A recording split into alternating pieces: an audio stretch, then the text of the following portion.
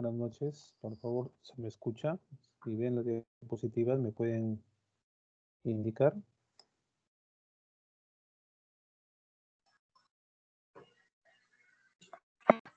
Buenas noches, profesor.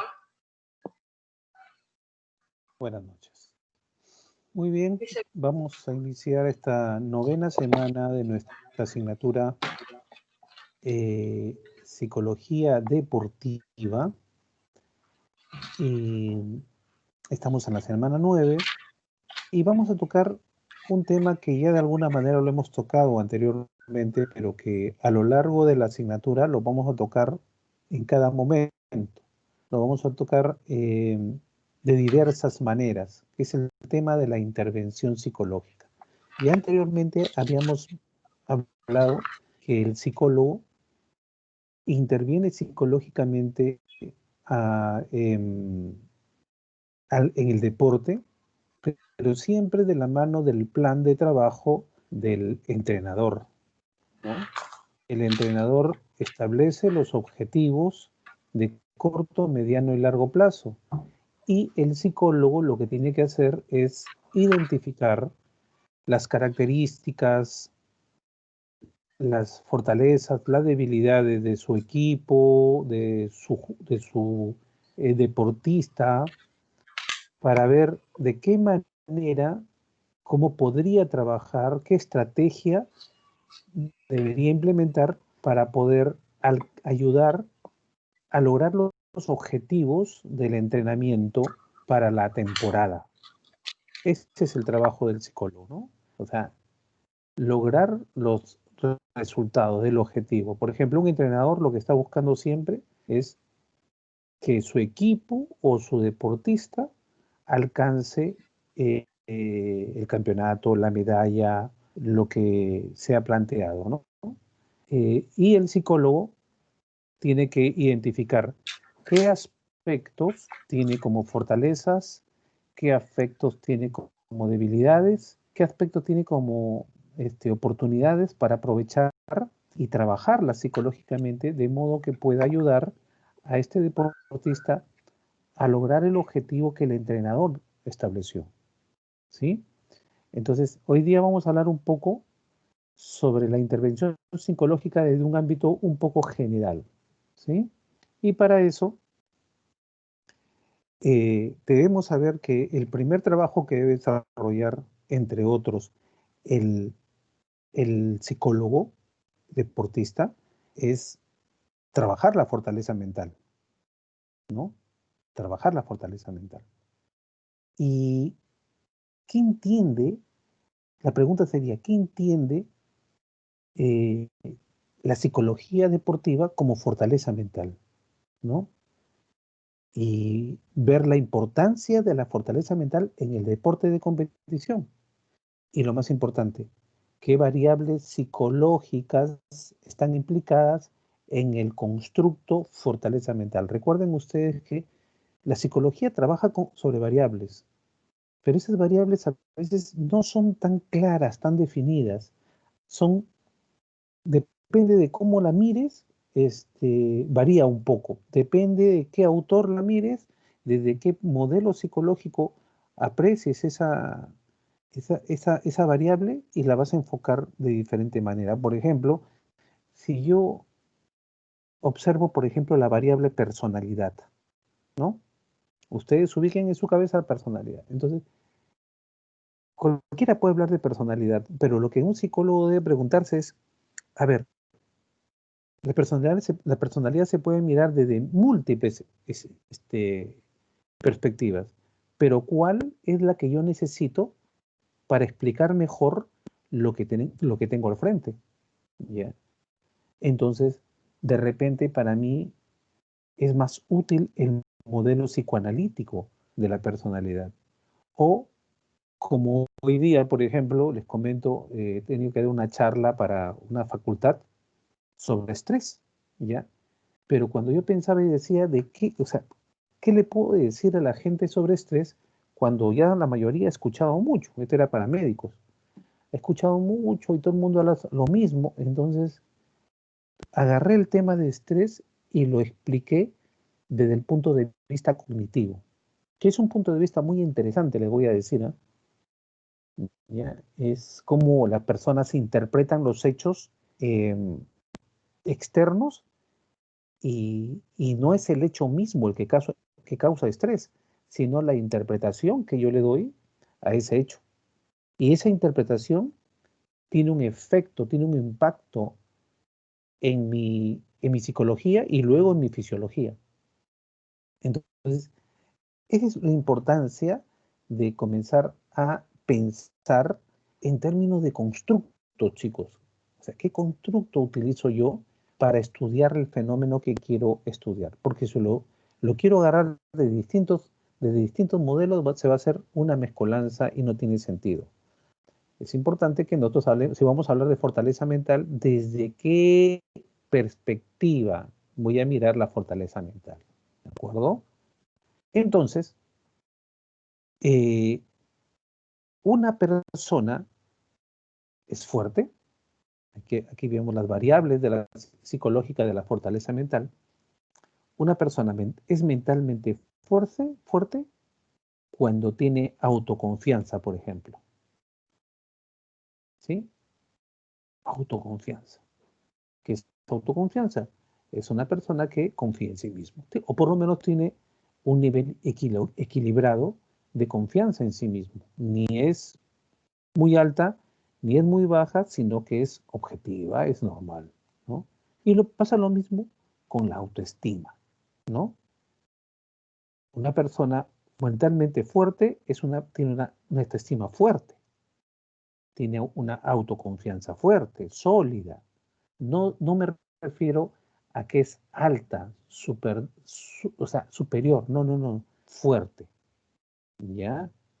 Consolidada, ¿ya? Que muy pocas cosas pueden debilitarla, por ejemplo, ¿sí? Entonces, luego viene el autocontrol emocional, que es la capacidad que tiene la persona para gestionar sus emociones, para no permitir que las emociones negativas, ni siquiera las positivas, los saquen de su objetividad, de su centro. No sé si ustedes habrán visto a muchos entrenadores de fútbol y de vóley, ¿no? Que ellos no saltan igual que los jugadores por un gol.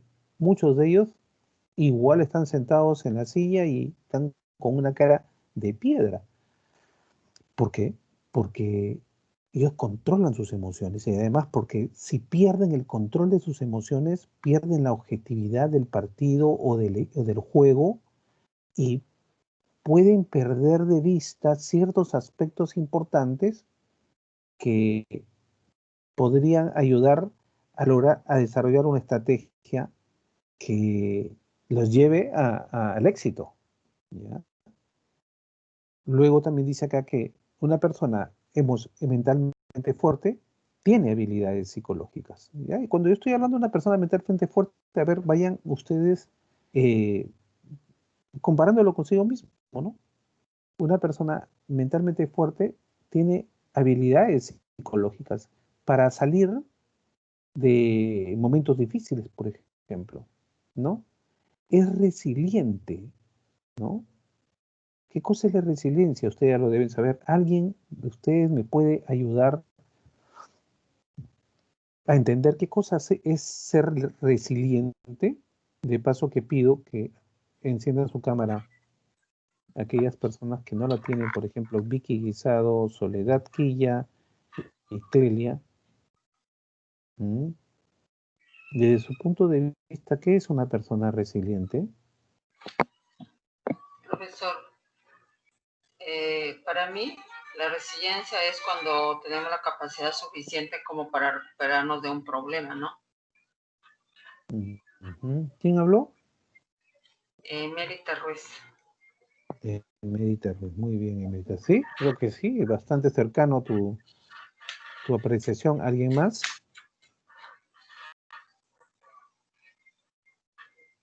Muy bien, efectivamente, ¿no? Resiliente es aquella persona que, a pesar de los embates de la vida, de los golpes de la vida, es capaz de recuperarse, ¿ya? O sea, no es que no caiga, no es que no dude, no. La resiliencia es diferente a resistencia, es la capacidad de recuperarse, ¿ya? Y volver a empezar, ¿no? Entonces, nosotros somos resilientes. ¿Un deportista tiene que ser resiliente? Yo les pregunto a ustedes, ¿por qué un deportista debería ser resiliente? ¿Mm?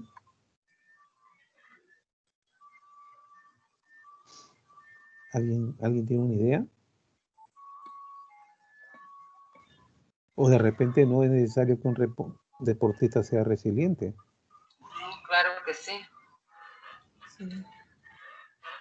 ¿Pero por qué? ¿Por qué debería ser resiliente? Tiene que volver a jugar al día siguiente o al juego siguiente que sea, ¿no? Aunque haya perdido, tiene que volver a intentar. Claro, o sea, fíjate, si tú tienes un equipo como psicólogo, como psicóloga a tu cargo, tú tienes que ver la resiliencia de tu gente. Porque si tú tienes a alguien que no es resiliente y que rápido se deprime, pues en la primera derrota, ya para la siguiente derrota va a decir, ¿para qué vamos a jugar si nos van a dar duros y vamos a perder? ¿No? Entonces, al contrario, va a contaminar el equipo, ¿no? Y eso es peligroso. Entonces, em, hay que identificar eso y hay que trabajar la resiliencia. Es una variable muy importante dentro de la fortaleza mental de los deportistas, ¿no? Pero también, por ejemplo, estrategias de afrontamiento del estrés, ¿sí? O sea, saben manejar, saben afrontar el estrés cuando se presenta, ¿no? Saben manejar altos grados de estrés, por ejemplo, como algunos equipos de fútbol, por ejemplo, que yo he visto, sobre todo aquellos que tienen categoría, ¿no? Pueden estar perdiendo en el primer tiempo, incluso parte del segundo tiempo, pero con tranquilidad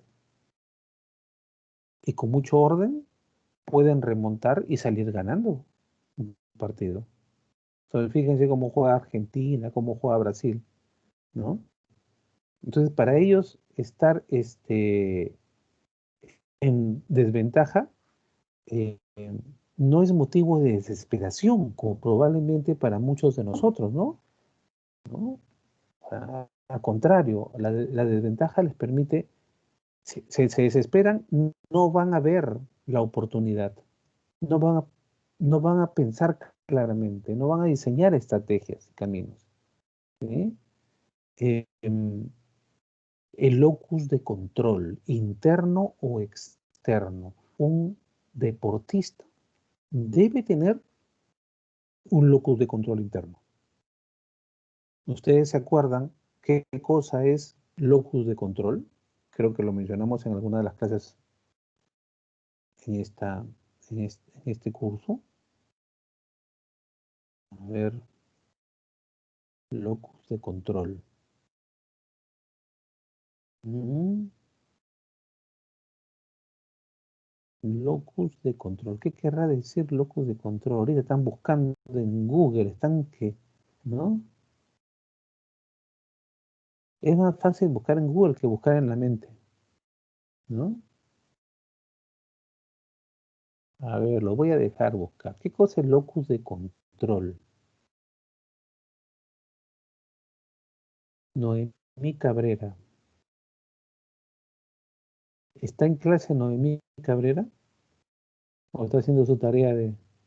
Sí, profesor, no, estoy con mi curso. ¿Qué Estoy cosa es locus revisando, de estoy control? revisando sus apuntes porque todo lo que usted dice yo lo apunto. Claro, ya lo dije. El Más bien problema es que no la encuentro... semana 9 no está en el campus. ¿No está? No, Mm, ahorita le encuentro, porque la clase de la semana pasada estuvo muy interesante. No pude entrar a la clase porque estuve un poco enferma, pero sí la vi y me gustó mucho su clase de la semana pasada. pero se ve que tomas nota y por dónde estarán las notas, ¿no? Es que, es que, es que usted habla bastante. Ya me dijeron que soy hablador. Todo lo que dice es muy importante, porque Ay, ay, ay, ay, ay, ay, ay, ay. incluso usted dice cosas de otros cursos que algunos profesores solo se limitan a leer las diapositivas, más no a explicar, no amplían más. En cambio, usted sí. ¿Y a qué te refieres Entonces, cuando yo hablo bastante? ¿Quiere decir que otros profesores no hablan bastante? ¿Qué significa? a que otros profesores Estoy solo leen intrigado. diapositivas. Leen las diapositivas. Sí. Ya. Un profesor va a leer las diapositivas en la medida en que sus alumnos no lo motiven. Porque si ustedes permiten que lea las diapositivas y no le hacen preguntas, él está bacán. Pero usted usted en la clase pasada, ¿qué dijo? Que nos iba a Sí, destruir en el examen. sí, eso sí. Eso Entonces, también usted siente que tampoco, también nosotros no lo motivamos mucho porque tampoco a veces no respondemos a sus preguntas, estamos callados, todo eso. Eso ya desmotiva. depende de cada maestro. Ujú. Y con lo poco que lo estoy conociendo, porque me encantaría tener las clases de los sábados como antes, sería muy enriquecedor escuchar sus palabras. ¿Cuáles clases de los sábados como antes? Es que antes nosotros teníamos clases los sábados y ahí conocíamos a los profesores, a nuestros maestros. Ah, tenían clases presenciales. Sí, los sábados, solo los sábados, Ah, ok. Bien. toda la tarde, desde las 2 hasta las 10 de la noche. Ah, qué bien. Eso debió ser, ¿no? Sí, y eso es bastante, enriquece bastante al alumno, también al maestro, porque el maestro ya conoce un poco más al alumno en sí, no solo por la pantalla, y, y a nosotros como alumnos nos motiva también. Ok, Noemí. Noemí ya me dedicó, trajo 5 minutos suficiente como para que ya no pregunte el locus de control, pero voy a volver a preguntar. Aún ¿Ya? voy a buscar, voy a Yo me buscar. imagino que por ahí ya han tenido 5 minutos para encontrar qué significa locus de control, ¿ya? Y, y por qué el locus de control interno es importante para un deportista. ¿Mm?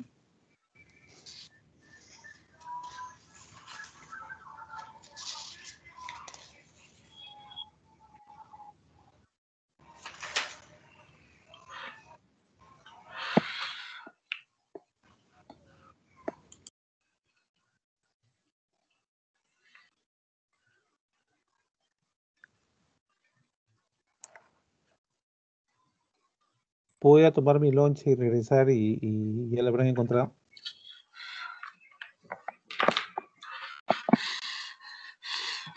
¿Puedo revisar mi WhatsApp y responder todo y ya lo habrán encontrado?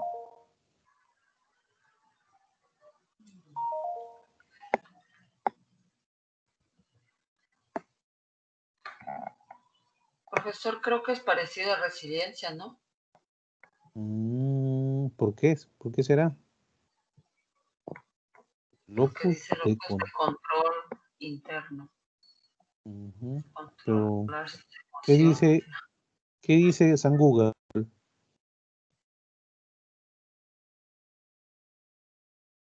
Mm,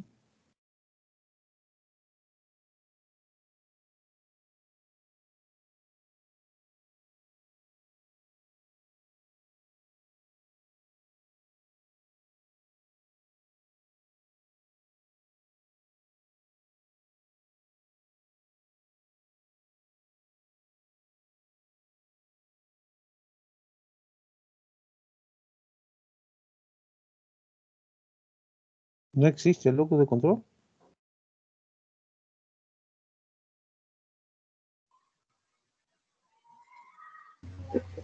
Hay una gráfica. Buenas noches, profesor. Sí, ¿qué tal? Dice, locus de control interno. Lo que me ocurre está bajo mi control. Supongo se refiere al control de las emociones. Ah, casi me suena a resiliencia también. Ok. Sí, efectivamente, una persona cuando tiene un locus de control interno es una persona que no, no depende de lo que ocurra afuera, no está pendiente de lo que ocurra afuera, no cree que lo que le pasa, lo que le ocurre y sus reacciones y su vida tengan que ver con lo que pasa afuera. O sea, mejor dicho, yo soy responsable de mí, de mis actos, de mis emociones y de mis pensamientos. Y también de lo que hago, ¿no? O sea, esa es una persona que tiene un locus de control interno. Un locus de control externo es aquella persona que todo lo que le pasa le echa la culpa afuera. Le encuentra una responsabilidad afuera, le encuentra una causa afuera.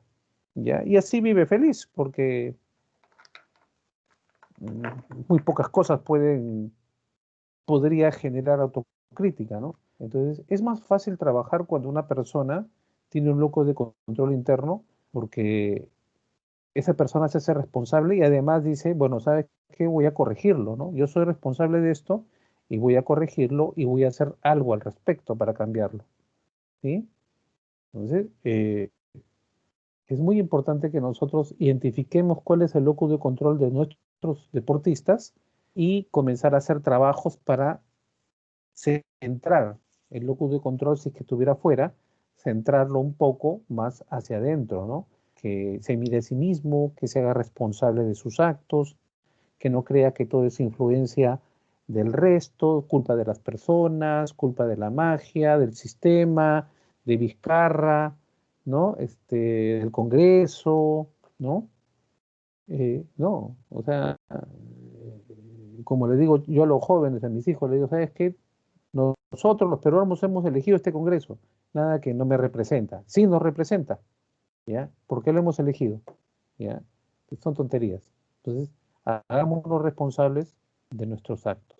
Cuando no nos hacemos responsables de nuestros actos, pues, pues es fácil decir no cometí errores, ¿no? Y quien no reconoce errores, sencillamente no va a cambiar, no va a mejorar. Otro tema que trabaja la gente que es mentalmente fuerte es la tolerancia a la frustración. Son personas que al tener mayor confianza, mayor autoestima, mayor motivación interna, mayor control emocional, mayor resiliencia, mejores estrategias de afrontamiento al estrés, un locus de control interno, por supuesto que va a tener una tolerancia a la frustración. La frustración no lo va a tumbar tan rápido como aquella persona que no es resiliente, ¿no? Trabajar atención, concentración. Ya le hemos hablado, yo les he hablado mucho de atención y concentración en el deporte. Yo he notado que hay mucha gente que antes de estar concentrándose en la pista, está que se fija en el otro, está como está vestido el otro, oye, el otro está lo veo más fuerte, solo comienza a dinamitar su autoestima, ¿ya? Entonces lo que tiene que hacer es enfocar su atención solamente en sí, ¿no? En, en prepararse mentalmente para afrontar esa gran prueba que tiene, ¿ya? Eh, y por supuesto, como dice ahí, algo muy importante, ¿no?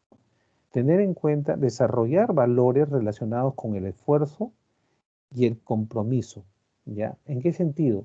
De que tenga clarísimo que solo el esfuerzo y el involucramiento, el entrenamiento, la perseverancia, o sea, los valores propios, ¿ya? Logran, son las bases del éxito, ¿ya? No la vara, no la suerte, no la amistad, ¿no? Es la perseverancia, el esfuerzo propio, el involucramiento, el engagement que le dicen los gringos, eh, son la consecuencia lógica del éxito, ¿ya? Y trabajar también, al final, como dice, variables socioambientales. ¿Qué significa trabajar variables socioambientales? Es que hay variables alrededor del deportista que pueden ser nocivas o que pueden ser también positivas. Hay que identificarlas. ¿Cuáles son las que lo refuerzan permanentemente y cuáles son aquellas que lo debilitan, ¿no? Entonces, para comenzar a trabajar, por ejemplo, a veces una familia disfuncional que estresa, que agota, que no permite concentrarse a esos chicos, pues eso hay que tratar de solucionarlo, ¿no? Problemas económicos, problemas de estudio, sensación de que desamparo, no lo sé. Cualquier variable socioambiental hay que identificarla. O sea, por eso el psicólogo en entrevistas y en su historia clínica, justo en deportes, tiene que ser muy detallista, muy completo, ¿ya? Muy completo porque en alguna de esas variables que nosotros estamos explorando, ahí puede estar la causa del éxito o del fracaso, ¿ya? Es muy importante eso. Muy bien. ¿Y cuál sería la debilidad psicológica del deportista? O sea, ¿cómo podríamos hablar de síntomas de debilidad psicológica en el deportista? ¿Ya? Por ejemplo, como ya hemos hablado, problemas atencionales. ¿Ya? Un chico que no se logra concentrar, que no se logra concentrar en la meta, en el resultado, en el corto y en el mediano plazo y en el largo plazo, es muy difícil que pueda entrenar. Por ejemplo, si tú no o sea, la mayor parte de los deportistas que están metidos en su entrenamiento es porque están mirando el certamen final, la final, por ejemplo, la Olimpiada de acá a 3 años. La están mirando permanentemente y a sí mismos, o sea, están enfocados, ¿ya? Y enfocados en las tareas, ¿ya? Ahora que hablamos de la muerte de Maradona, tú veías a Maradona cuando estaba jovencito y estaba calentando en el estadio, un estadio que estaba rugiendo por él, pero él estaba concentrado en patear su pelotita y jugar con su pelota y hacer muchas maromas que requerían concentración y atención. O sea, el enfoque en el juego, el enfoque, la concentración en lo que va a hacer durante el evento deportivo es fundamental, ¿ya? Debemos entrenar a nuestros deportistas en eso. O sea, si hay problemas atencionales, esas son debilidades psicológicas. Si hay bajo rendimiento deportivo, probablemente eh, por debilidades psicológicas. Dudas sobre su capacidad, ¿ya? Dudas, es autoestima, ¿no? Son síntomas de debilidad psicológica. Hay que analizar eso. Miedos, ¿no? ¿Miedo a qué? Pueden tener miedo a todo, ¿ya?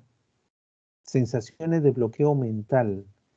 Ya hemos visto, cuando un organismo está sobreactivado, ya sabemos lo que es una activación psicofisiológica, viene el bloqueo mental, ¿ya?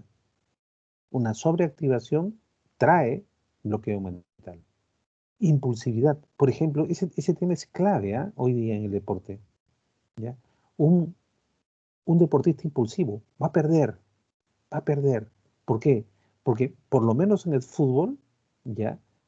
Los equipos saben eso, saben que eres picón. Por ejemplo, eso lo han hecho ya con un jugador peruano que ya lo expulsaron, ¿no? Ya no va a jugar.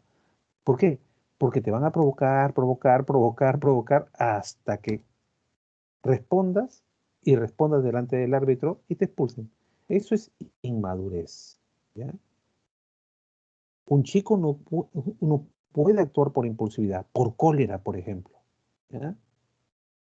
Otro tema es la sensación de baja energía, ¿ya? Si tú tienes sensación de baja energía física y psicológica, eso implica debilidad mental, molestias y lesiones musculares.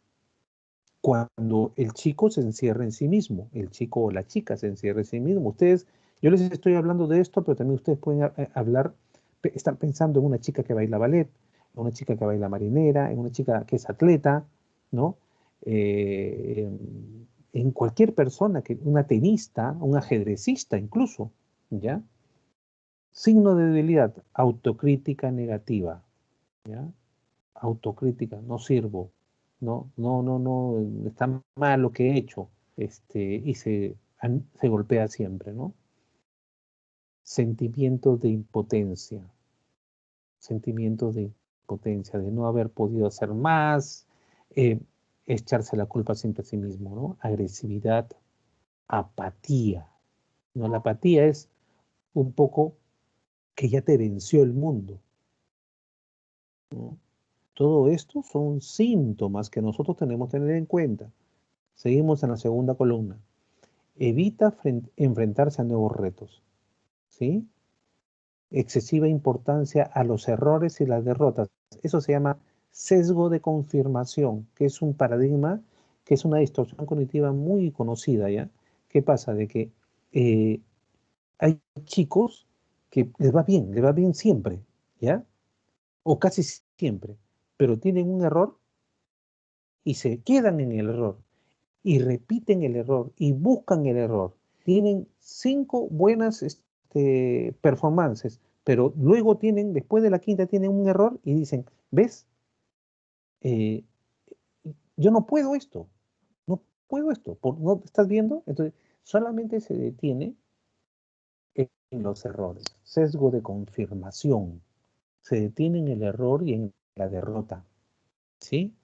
Quejas constantes, uf, eso es un gran síntoma que nosotros tenemos que tener en cuenta, tanto los deportistas como en cualquier persona de nuestra casa, por ejemplo, quien se está quejando de todo, a esa persona está pasando algo, ¿ya? Esperemos que no sean ustedes. Irritabilidad, enfados constantes, que va mucho con impulsividad, con agresividad, ¿ya? Irritabilidad. Un deportista generalmente es una persona bastante equilibrada. ¿Por qué? Porque el deporte hace que regule todos tus estados físicos y psicológicos. Por lo tanto, un deportista generalmente es equilibrado. Pero cuando tenemos un deportista que es irritable, hay que tener mucho cuidado.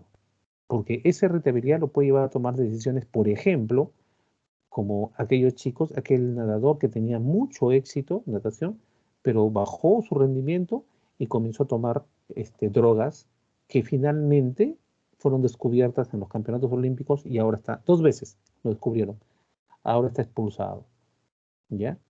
Yo siempre lo relaciono eso con la impulsividad, ¿ya? Porque no pueden resistir la cólera de perder, ¿ya? Falta de tolerancia a la frustración. Otro tema son excusas a su bajo rendimiento. Siempre hay una excusa a su bajo rendimiento, por si acaso, ¿ya? Siempre hay una excusa al error. No asume responsabilidad, ¿ya? Generalmente esa excusa está fuera de él, por lo tanto, te vas a dar cuenta que tiene un locus de control externo, ¿no? Falta de consistencia en su rendimiento, sin motivo aparente. ¿Qué significa? Normalmente un deportista constante tiene una consistencia en su rendimiento. Si es constante, siempre va a ir de menos a más, ¿ya? Yo les recomiendo la película, hay una película, a ver, no sé si la han visto también, de Keylor Navas. ¿Han escuchado hablar?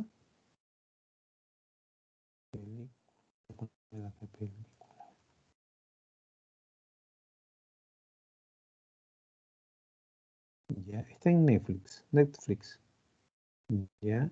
Y la película se llama Hombre de Fe, ¿ya?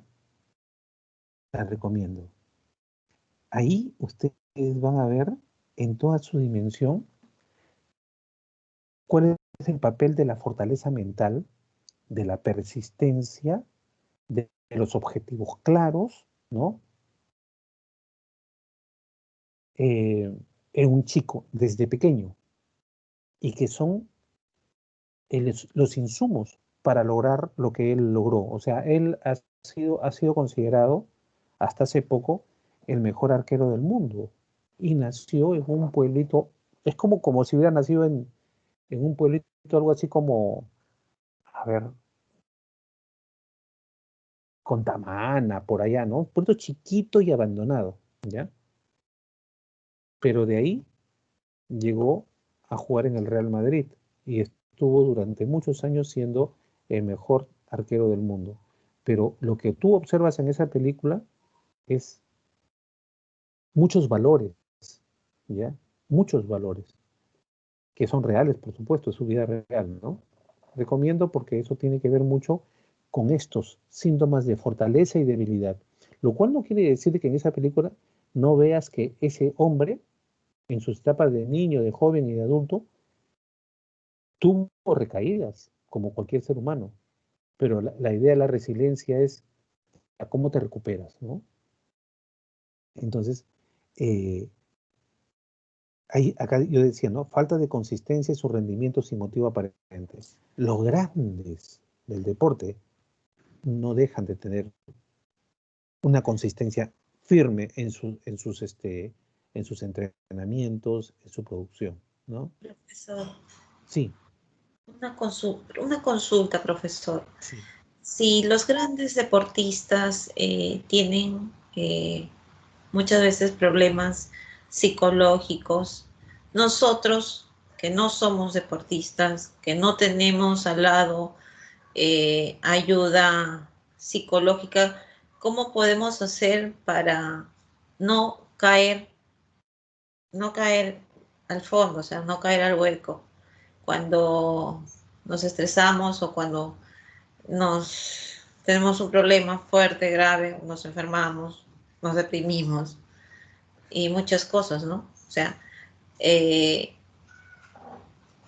yo soy de la idea de ir al psiquiatra, pero también otras personas dicen que es bueno lo que es la terapia psicológica. ¿Usted qué es lo que, desde su punto de vista, qué es lo que aconseja? Porque a todos nos puede pasar, ¿no? Así es. Nosotros somos seres humanos, ¿ya?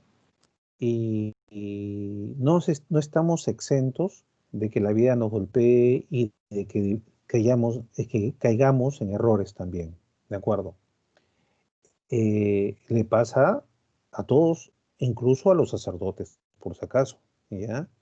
Que los sacerdotes supuestamente deben tener una gran, o sea, ellos ayudan mucho a personas, su vida es ayudar, ¿no? La nuestra es casi similar, ¿no?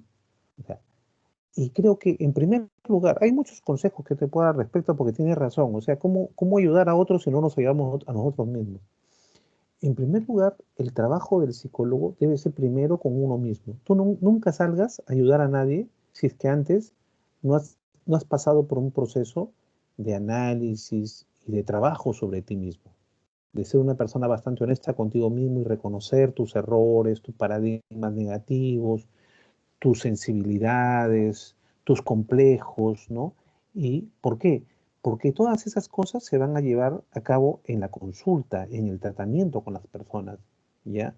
Yo siempre comento eso, ¿no? Hay muchos psicólogos, habemos muchos psicólogos que llevamos a la consulta y en la consulta aparecen nuestros problemas, esos problemas guardados que tenemos y vamos a reaccionar y aconsejar y a tratar en función a esos, a mi problema, no al problema del otro. Entonces es muy peligroso. Por eso es que una de las primeras medidas que yo te recomiendo siempre es que, bueno, no sé cómo va a trabajar a las peruanas en el futuro, pero yo cuando estuve en mi universidad, yo aproveché el consultorio psicológico de mi universidad. Y por un año yo me sometí a una terapia, ¿ya? Ahí pude descubrir muchas cosas de mí y me ayudó muchísimo. Pero no solamente me ayudó muchísimo como, como hombre, como ser humano, que comenzó a entender, y, o sea, la psicoterapia tiene algo bello, que es que primero te desarma, porque tiene un momento en que te sientes mucho más desarmado que antes, y después te va armando, pero ya más sólidamente, poco a poco, las piezas van encajando más firmes y vas a tener un panorama más completo de ti mismo, o sea, un mapa más completo de ti mismo. Y cuando uno tiene un mapa más completo de sí mismo, está como que más cuajado en la vida. Y eso te va a permitir mejorar en tu trato, madurar, qué sé yo, ¿no? Y ya puedes ayudar. Sin embargo, como dices, Noemí, em, como dice Noemí, eh, no estamos exentos de caer, ¿no? De tener grandes problemas y atolondrarnos frente a las cosas. Pero, o sea, la construcción del psicólogo y de la psicóloga que hay en ti es de todo el tiempo, es de todo el tiempo, ¿ya? Es permanente, es diaria, ¿ya? De ir sentando cada vez más bases más firmes de tu vida, ¿ya? Por ejemplo, la búsqueda de la madurez, ¿no? Uno nunca alcanza la madurez, pero siempre debe estar preocupada por, por ser una persona cada vez más madura, más objetiva, más seria, con objetivos claros, ¿no? Con una vida organizada, con valores firmes. Cuando tú estás estableciendo, vas armando tu vida sobre esas bases firmes, los embates de la vida van a, van a golpearte, pero no van a tener el efecto de aquella persona, como que aquellas personas que tienen no tienen nada concreto en su vida, ¿ya? Entonces, ese es un trabajo preventivo, ¿ya?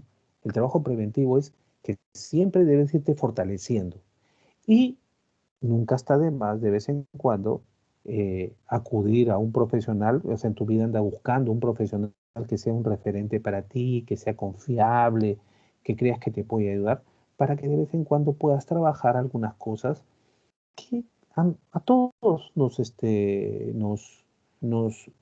a veces nos invaden, ¿no? Inestabilidades, confusiones, incertidumbres, ¿no? Y buscar y conversar con esa persona, ¿no? Esa persona puede ser un psicólogo, puede ser un psiquiatra si quieres, no sé, si, tiene que ser un psiquiatra terapeuta, ¿no? Puede ser un hombre de fe, por ejemplo, un hombre avanzado en la fe que tú tengas cerca, ¿no? Personas que te van a aconsejar bien, ¿no? Que te puedan volver nuevamente en tu sitio. Entonces, siempre debes tener tus recursos. ¿Por qué? Porque recuerda que tú estás estudiando para ayudar a otros. Tu vida va a ser siempre ayudar a otros. Y a veces nosotros, los psicólogos, no estamos muy conscientes de eso, ¿ya? Y nuestra preparación la tomamos tan a la ligera, ¿ya? Es tan superficial, tan débil nuestra preparación que vamos, o sea, al ser tan débil, es fácil que se caiga como un castillo de naipes. Fácil, cualquier cosa la tumba. Pero si es sólida, tu formación profesional, tu formación en valores, te lo digo así sinceramente, parecería mentira. ¿Qué tiene que ver valores? No, los valores, ¿qué son los valores? Los valores son convicciones. ¿Ah? Yo debo tener convicciones claras sobre muchas cosas en mi vida, ¿no? Y esas convicciones van a ser como árboles gigantescos a los cuales me voy a agarrar cuando viene la tormenta.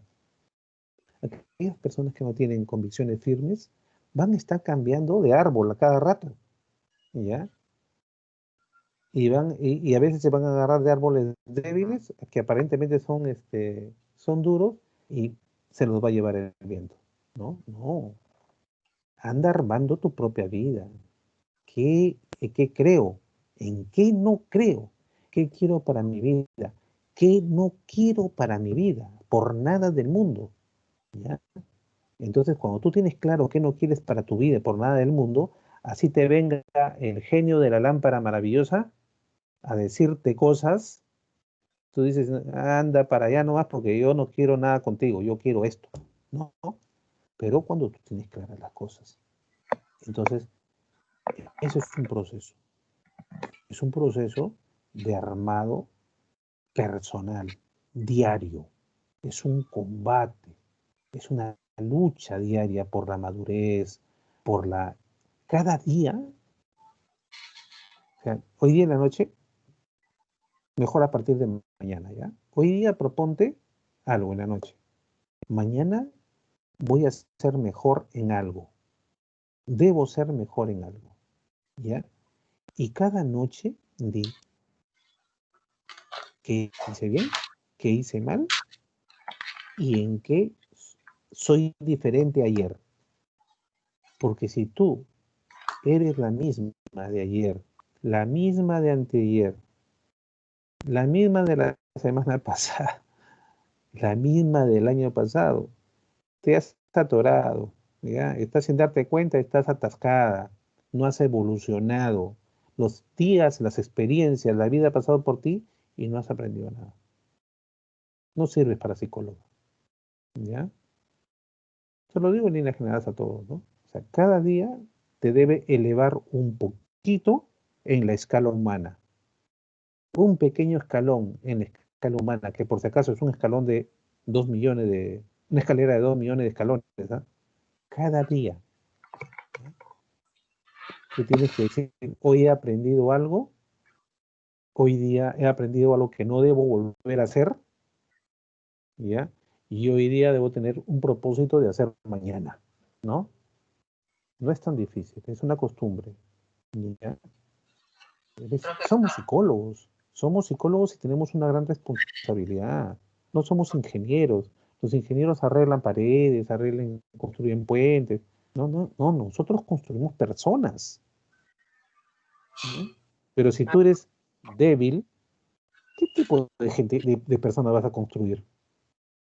Algo más débil que tú.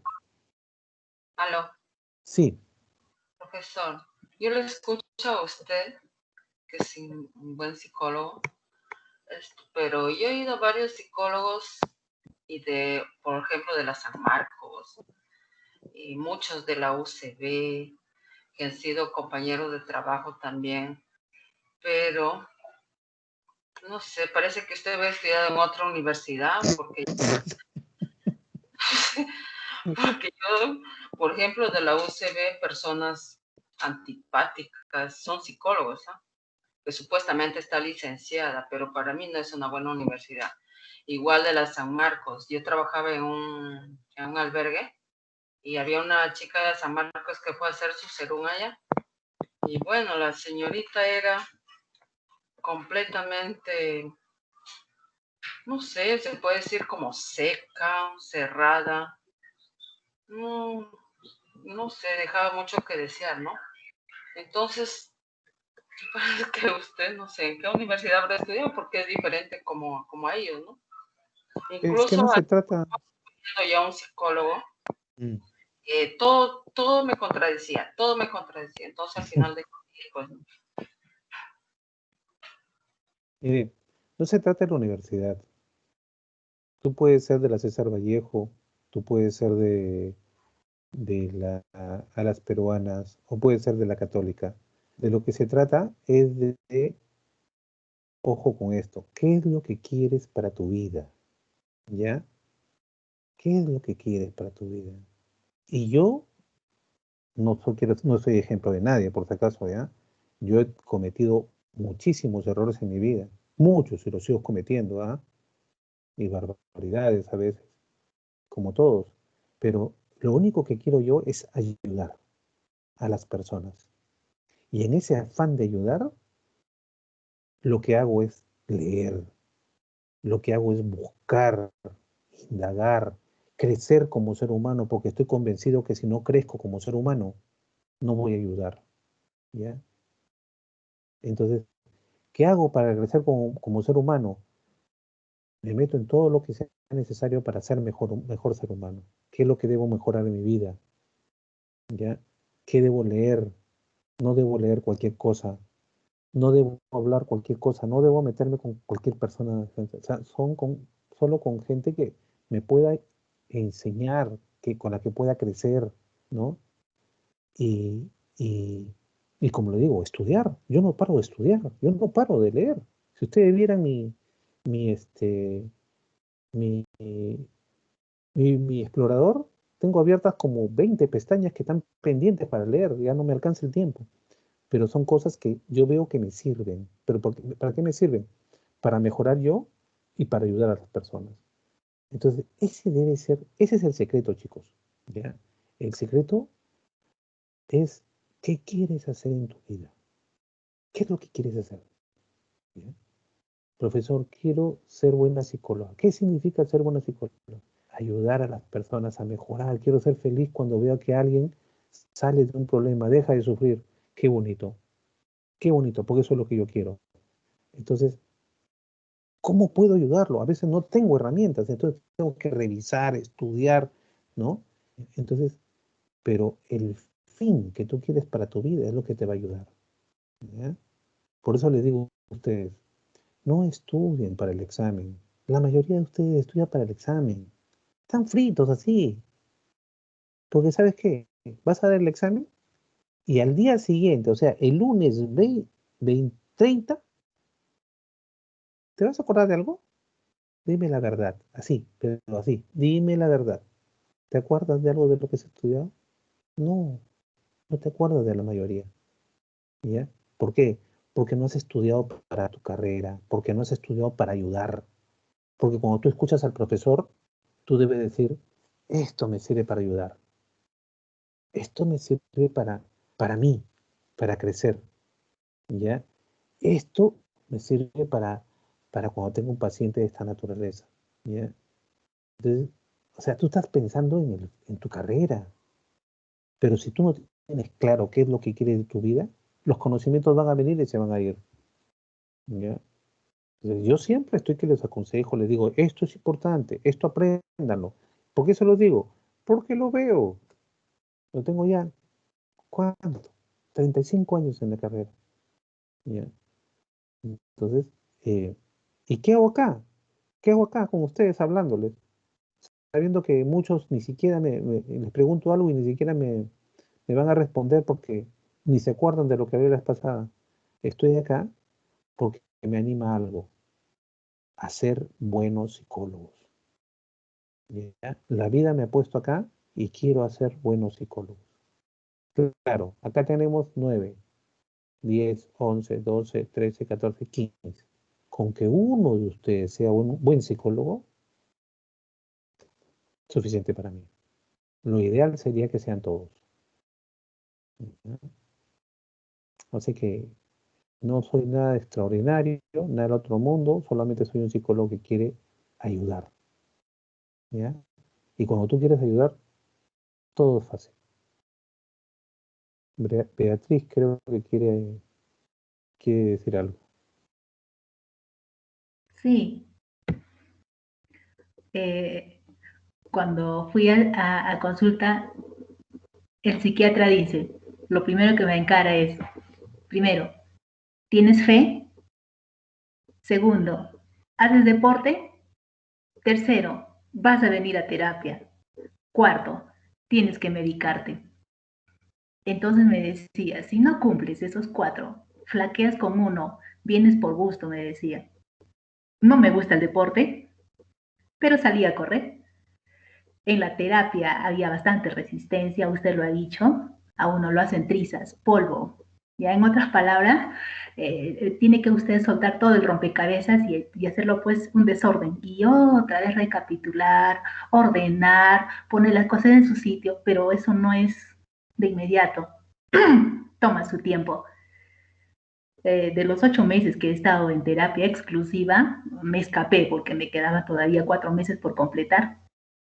Y no, o sea, es demasiada información y uno necesita pausa para poder entenderlo mejor. Y yo sigo asimilando las cosas que decía. Hacíamos análisis transaccional, doctor. Ajá. Eso es lo que hacíamos. Entonces, y eso era pues llegar hasta el punto de la niñez. Y uno recordaba cosas que hasta ya había olvidado y habría heridas. No, en otras palabras decía el psiquiatra era el que nos hacía terapia, no el psicólogo. Ya lo ha dicho la compañera, apático, altivo, soberbio, o sea, ese era el psicólogo. Entonces, todos mirábamos con buen ojo al psiquiatra que tenía esa intención de podernos, ¿qué le digo? O sea, encaminarnos en ello.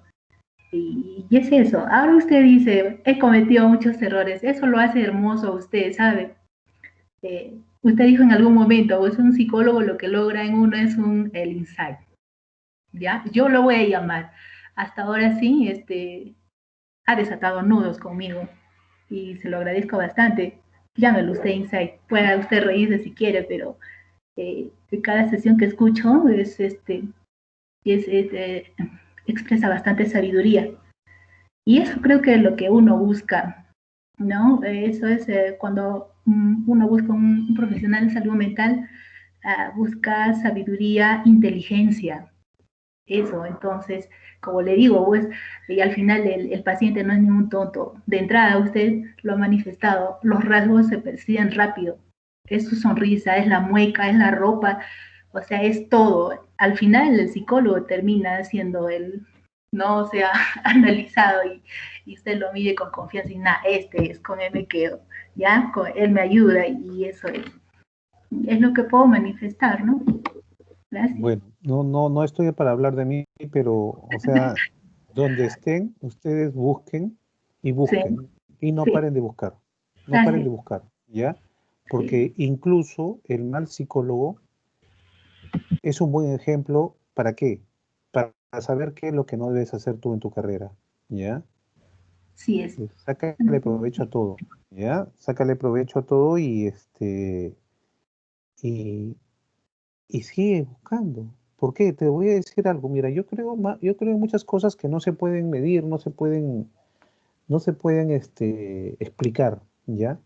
Pero en alguna parte está esa persona que te va a ayudar, ¿ya? Ten fe, en alguna parte. Búscala, conversa con mucha gente. A veces de repente no es un psicólogo, ¿ah? No lo sé. De repente es un sacerdote, de repente es un pastor, ¿no? Ese es Porque, el problema. Dice creer en algo. O sea, uno pasa tantas cosas que dice, pues no existe Dios, rayos, o sea, existirá cualquier cosa. Yo le llamo energía. Dios, o sea, hay en algún momento que desaparece Dios. Eso me decía, por ejemplo, ¿no? ¿Tienes fe en algo? Y no, le digo. Y de verdad que el terapeuta, pues le da ganas de darme un lapo, creo. Entonces, si no crees en nada, ¿qué rayos haces acá? Algo así, ¿no? Entonces, pienso que de parte de uno también se tiene que tener mucha paciencia con nosotros mismos, ¿no? Y se llega a ese extremo, doctor. sí, hay que tener paciencia, hay que tener paciencia. Y tengan paciencia, tengan fe. Pero si, como le digo, si a la mano no hay un psicólogo, no hay un buen psicólogo, es porque de repente la vida no quiere que vayas por ese lado. Es porque tu problema de repente es más profundo, tiene caracteres que ese psicólogo no va a entender, ¿no? Ahí el ser humano el ser humano es un complejo componente de varias partes, ¿ya? Incluida la espiritual, ¿ya? Incluida la espiritual. Y muchos de nuestros males, de nuestras tristezas, de nuestros ajustes, se deben a lo espiritual, por si acaso, ¿ah? ¿Ya? O sea, lo que no somos felices. Buscamos la felicidad en lo material, en lo psicológico, en el aprendizaje, en cosas como esa, pero no, también somos entes espirituales y no estamos siendo felices porque no estamos trabajando ese aspecto, ¿ya? Lo evadimos, lo corremos, no lo miramos, pero ahí está que te toca, está que te fastidia, está que te mueve como un gusano adentro y que te está diciendo, esto, si tú quieres encontrar la felicidad, está por este lado, ¿ya? No está por la psicología. Tú la estás buscando por la psicología, por la psiquiatría, por todos lados, pero por ahí no es, ¿ya? Hay gente que encuentra respuestas en la parte psicológica porque ese es su tema. Hay gente que encuentra respuestas en la parte psiquiátrica porque ese es su tema, pero hay gente que no encuentra respuestas en esas dos partes porque probablemente sea espiritual, ¿ya? Y hay que tener cuidado también con el tema espiritual porque no cualquiera, ¿no? También maneja eso. Entonces tienes que saber con quién conversar, ¿no? A quién acercarte. Tantea, acércate, conversa y probablemente por ahí encuentres esa satisfacción que te lleve en la vida, ¿no? Ahí se notó el psicólogo, por si acaso. Eso yo no puedo hacer mucho como psicólogo. Dime, Profesor, a mí, sí, estamos desviando de todo la clase, pero ¿usted cree en Dios? yo sí creo en Dios, ¿Por qué? porque, porque cuando estuve en el momento más desastroso de mi vida, nadie me podía ayudar. Y él me ayudó. ¿Ya? Nadie. Se me cerraron todas las puertas. Por eso le estoy diciendo, no había psicólogo, no había psiquiatra, no había nadie que podía resolver mi problema. Y a veces la vida te cierra todas las puertas para que mires esa parte. ¿Ya? Y ahí empecé a ver que sí, hay una parte espiritual que nosotros no estamos trabajando y que los seres humanos somos tan soberbios que creemos que con la ciencia vamos a solucionar problemas y esa es la soberbia tonta del ser humano. ¿Ya? Por eso le digo que Profesor Raúl, hay psicólogos que debemos, ahorita te doy la palabra, que debemos ser honestos y decir, ¿sabes qué? No te voy a ayudar. Tu problema no es psicológico, tu problema es espiritual. ¿No? Pero para eso tendría que conocer la parte espiritual, ¿no? ¿Sí? profesor, te habla Vicky. Buenas noches, profesor Raúl, con compañeros todos. Bueno, Vicky. yo comparto mi experiencia, como viendo, escuchando la clase y todo eso. Hace mucho a uno la felicidad interna que uno lleva. Por ejemplo, en mi caso, como usted decía, ¿no? Si hay un momento, hay días que yo me siento muy triste, deprimida o tensionada, preocupada tal vez con las tareas o el trabajo, lo que yo hago es conversar conmigo. Converso conmigo y veo qué es lo que está pasando en mí, por qué estoy así y qué debo de hacer para no estar. Y en el segundo punto, me hace mucho la fe en Dios. Como usted dice, para mí, yo creo mucho en Dios. Es como un amigo que está a mi costado en un momento de tristeza o en la alegría, me acompaña, hablo con él y es un amigo de verdad que tú no lo vas a encontrar fuera, en físico, ¿me entiendes? Y me hace muchísimo bien. Siento de que hay un momento en que me siento tal vez preocupada, decaída bastante, y hablo con él y siento de que él me dice, pues no puede estar así todo el tiempo. Mira, tienes esto, tienes aquello. ¿Y por qué?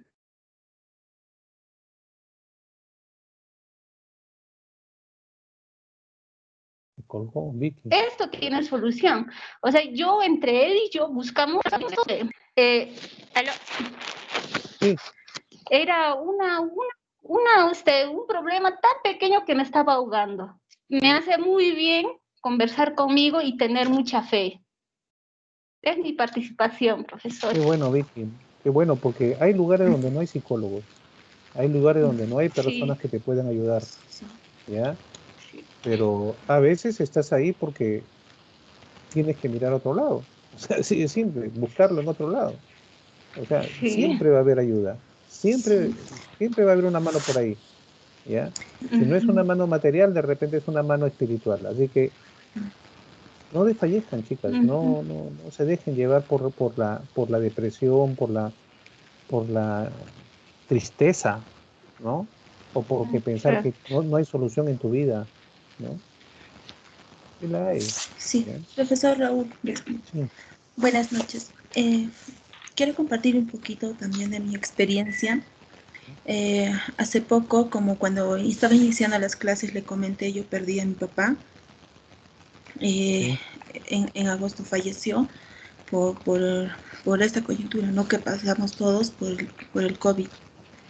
Y definitivamente ha sido un golpe muy fuerte en mi vida y en la de mi mamá y mi hermana.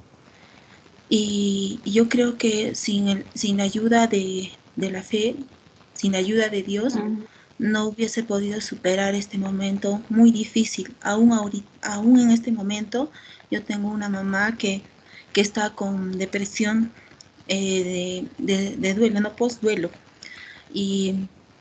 Pero tengo la confianza de que todo va a ir bien. A veces a mí me ha tocado asumir la responsabilidad como mayor, velar por mi mamá que está enferma, velar por mi hermana menor y estar en el trabajo. Entonces las fuerzas, ¿de dónde lo sacas? Yo pienso que solo Dios te puede dar las fuerzas para continuar. Y definitivamente una pérdida de un ser querido, cercano, es totalmente irreparable. Ese vacío que yo siento, nadie lo va a llenar y solo pienso que Dios lo puede suplir, nadie más. Porque gracias a la ayuda de Dios pienso que todo se acomodó hasta este momento.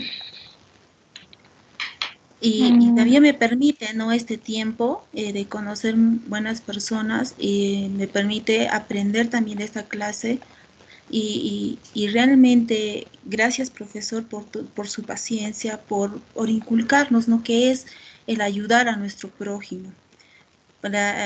Yo practico mucho lo que es empatía, yo trabajo con muchas ganas así, me gusta ayudar porque a mí me gusta que me traten bien, me gusta que me atiendan bien.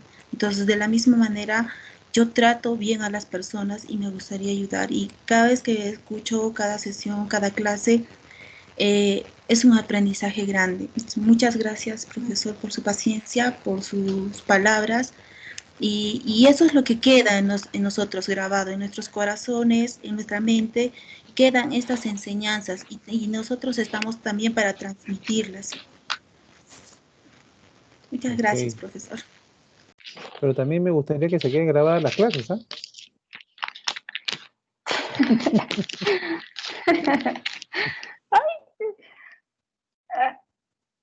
Noemí, Definitivamente es su sueño, profesor, que todos Noemí, aprendamos las te clases. quedas conversando conmigo más tarde, ¿ya?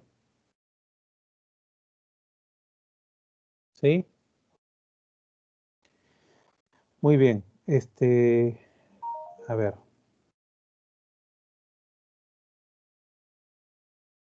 Vamos a darnos 5 minutos, ¿les parece?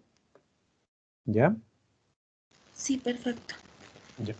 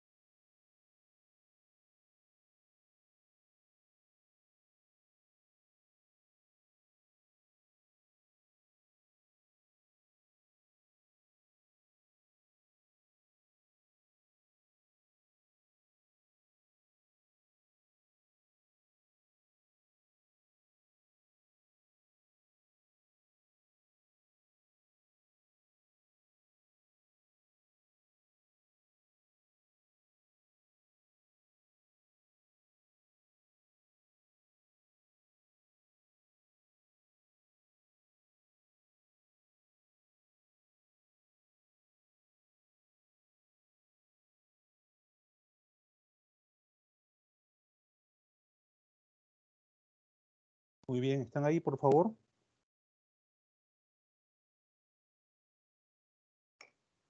Sí, maestro. Muy bien. Sí. Muy bien, vamos a continuar, nos queda mucho tiempo.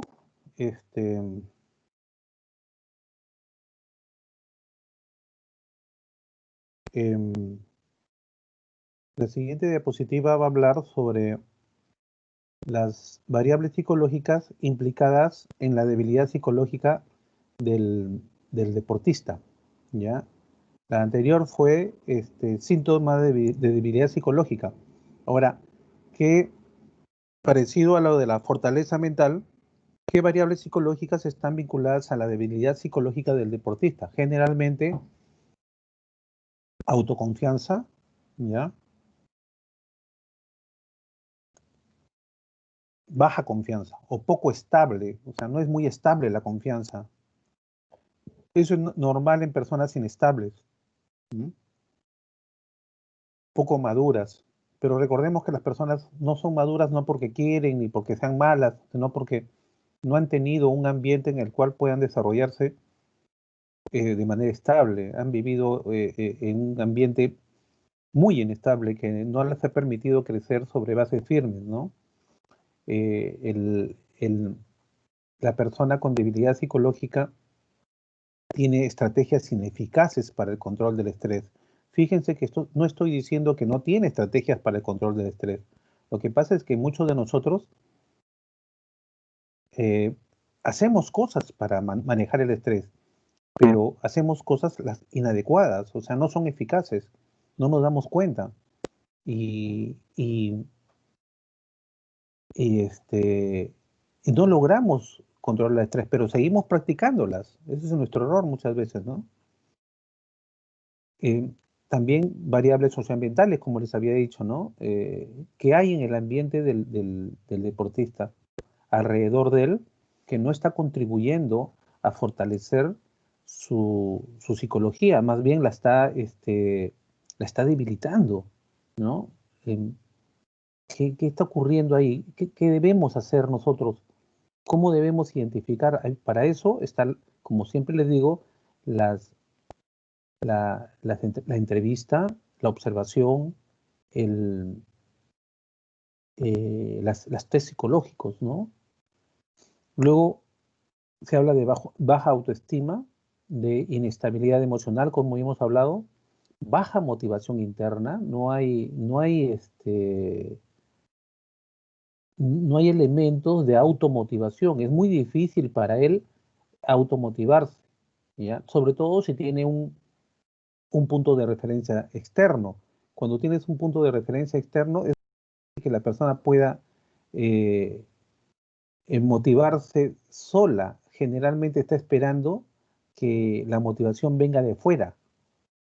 Y eso a veces, muchas veces no ocurre, ¿ya? Entonces nosotros los psicólogos tenemos que trabajar sobre eso, ¿no?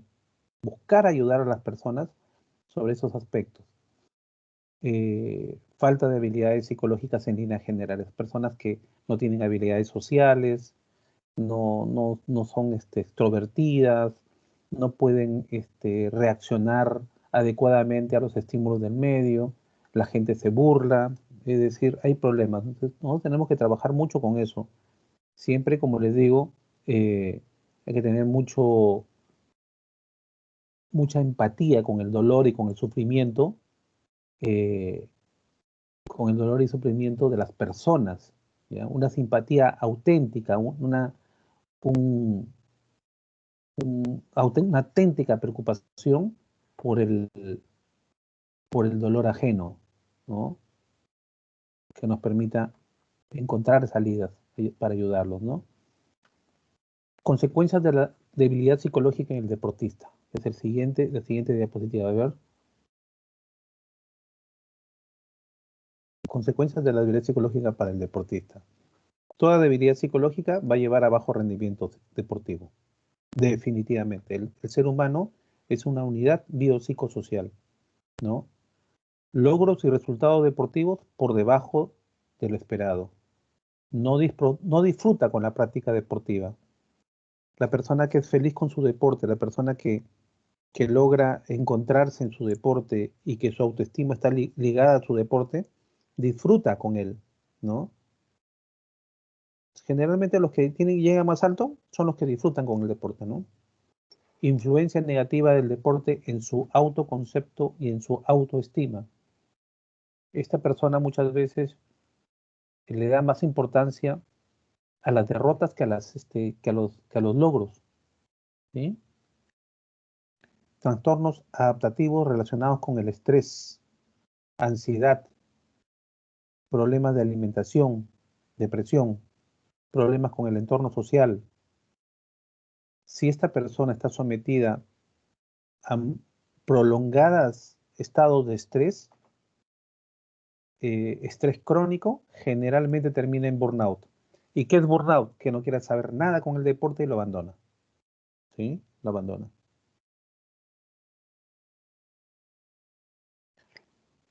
Vamos a quedarnos ahí en la diapositiva número 7 y espero que en la siguiente clase podamos tener espacio para poder manejar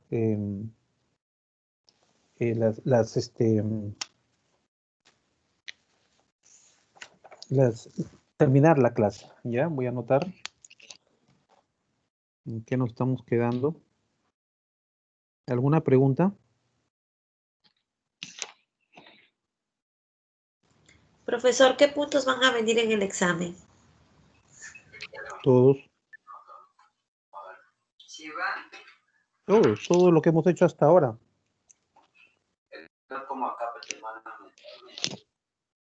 Prepárense para casos. Prepárense, no esperen que les vaya a preguntar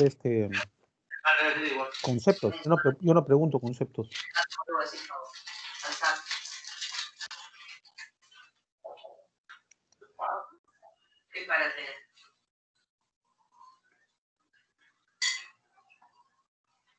Muy bien. Eso sería todo. Y nos veríamos la siguiente clase, ¿ya? ¿Les parece? Muchas gracias, profesora. Noemí, ¿te puedes quedar un ratito? Voy a detener la grabación. Buenas Muchas noches. gracias. Buenas noches.